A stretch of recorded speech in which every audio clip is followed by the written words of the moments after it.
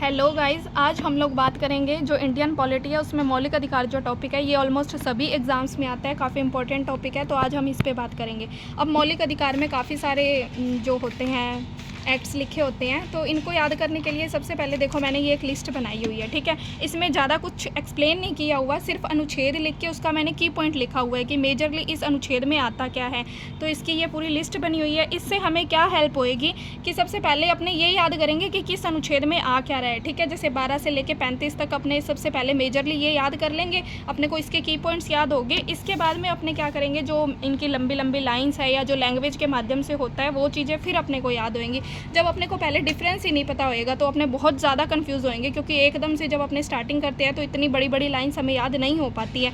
उसके लिए ये काफ़ी हेल्पफुल रहता है। शॉर्ट नोट्स की जो ये ऐसे फॉर्म में लिखे होते हैं, ये याद करने के बाद में फिर 1 से 2 बार अपने को अच्छे से लैंग्वेज भी पढ़ लेनी चाहिए। अब इससे क्या होएगा, जैसे अब मेरे को ये डिफरेंस पता होएगा कि जो 30 नंबर अनुच्छेद है उस पर अल्पसंख्यक वर्ग की बात की हुई है, तो इसकी जब मैं कोई बड़ी सी लाइन पढ़ूंगी उसमें मेरे को ये डिफरेंस पता चलेगा कि इसमें स्वतंत्रता की बात हो रही है या अल्पसंख्यक वर्ग की बात हो रही है या धार्मिक हितों की बात हो रही है, क्या बात हो रही है।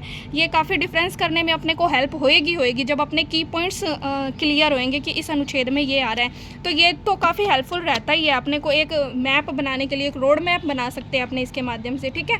उसके बाद में अपने को अच्छे से लैंग्वेज भी बहुत इंपॉर्टेंट है। आजकल के एग्ज़ाम में आपको भी पता है काफ़ी सारे बच्चे कमेंट भी करते हैं कि लैंग्वेज बहुत टिपिकल आ रही है, अपने को अच्छे से पढ़ना। मैं भी मानती हूँ बहुत ज़रूरी है। तो ये एक बार जब अपना रोड मैप तैयार हो गया उसके बाद में अपने अच्छे से ये लैंग्वेज भी पढ़ सकते हैं। ये वाले भी जो नोट्स हैं ये भी मैंने शॉर्ट फॉर्म में ही बनाए हुए हैं, तो ये दोनों मैं अपलोड भी कर दूँगी। काफ़ी लोग बोलते हैं कि दीदी PDF अपलोड कर दो, ठीक है। तो ये सारे अपने मैं अपलोड कर दूँगी। उसके बाद में ये जो क्वेश्चंस ये जो अपने सारी थ्योरी पढ़ लेते हैं, इसका यूज़ तभी है जब अपने क्वेश्चन सॉल्व हों, है ना।